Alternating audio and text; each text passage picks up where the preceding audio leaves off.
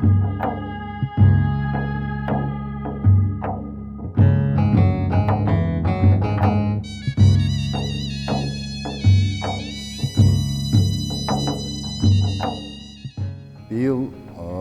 Бакуде өткен 1926 жылғы түркология съезіне 100 жыл бір ғасыр толып отыр.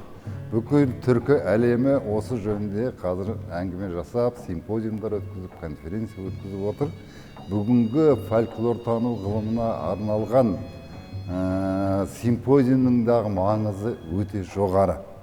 Өйткені түркологиялық конференциядағы ең басты көтерілген мәселенің бірі ол фольклортану ғылымы болатын.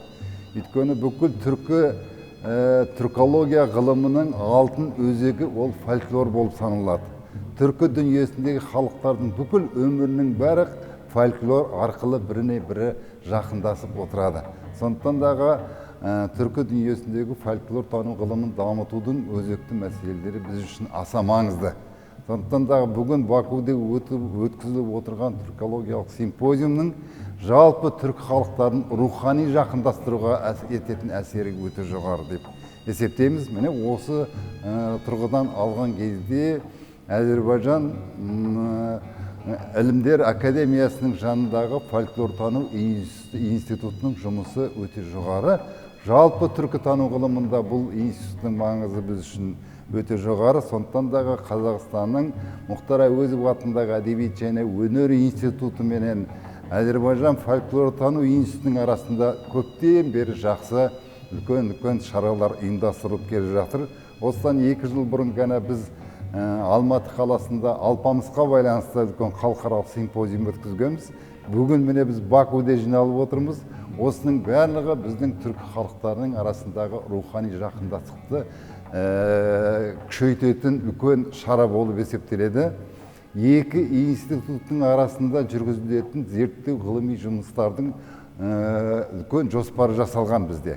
Қазір әлемдік фольклортану ғылымындағы әдістемелер, методология, оны зерттеудің жаңа әдістері, жаңа дүниенің барлығында біз түркі әлемінде Әзербайжан халқы мен қазақ халқының арасындағы фольклорлық өмірдің ерекше жақындығы жөнінде біз әңгімелер қозғаймыз.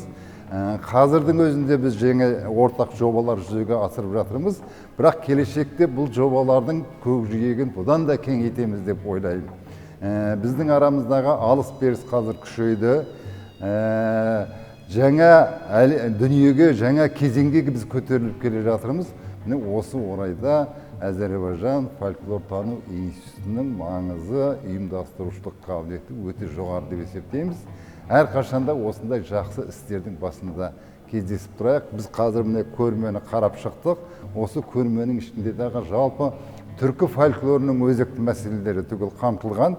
Біз осы түркі фольклортану ғылымының жеке бір саласы ретінде қазақ фольклортану ғылымы жөніндегі дүниені әкеліп, осы дүниеге біз ұштастырамыз деген ойдамыз.